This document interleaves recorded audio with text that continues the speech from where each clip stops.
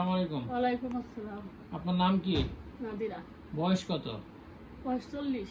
আচ্ছা, আপনি যে হোমিওপ্যাথিক ওষুধ খাচ্ছেন, আপনি কি সমস্যা নিয়ে আপনার কাছে আসলেন? ওই যে ক্যান্সার নিয়ে এসেছিলাম। কিসের ক্যান্সার? জরায়ু ক্যান্সার। আচ্ছা, জরায়ু ক্যান্সার যে হয়েছে, আপনি বুঝলেন কিভাবে?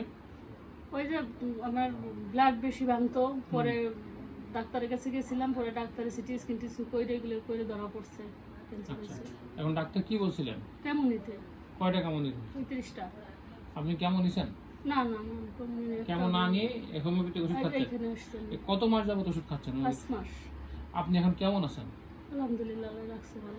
আগের থেকে ওরকম কি ব্লিডিং হয়? না, কম। এই 2 মাস কম। হ্যাঁ, স্বাভাবিক আছে ব্লাড।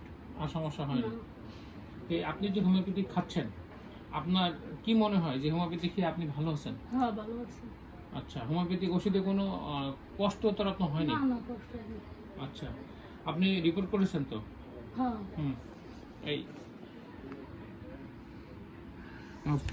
প্রিয় দর্শক, আজকে আমার সামনে যে পেশেন্টটা দেখছেন, ওনার হচ্ছে সিএ সার্ভিক্স, মানে জরায়ু মুখে ক্যান্সার ওনার হয়েছিল। উনি আমার কাছে সিটি করে নিয়ে এসেছিলেন। ওনার সেই ক্যান্সারের মাত্রা ছিল 4.5-এর উপরে, 4.5-4.5-এর উপরে সেন্টিমিটার একটা টিউমার ছিল।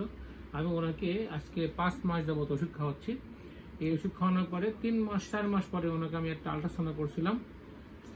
করার পরে সেই রিপোর্টটা এখন 3-3.5 চলে আসছে আর কি, অনেক কমে আসছে। প্রায় 50% ওনার জরায়ুর যে মুখের যে টিউমারটা সেটা কমে আসছে।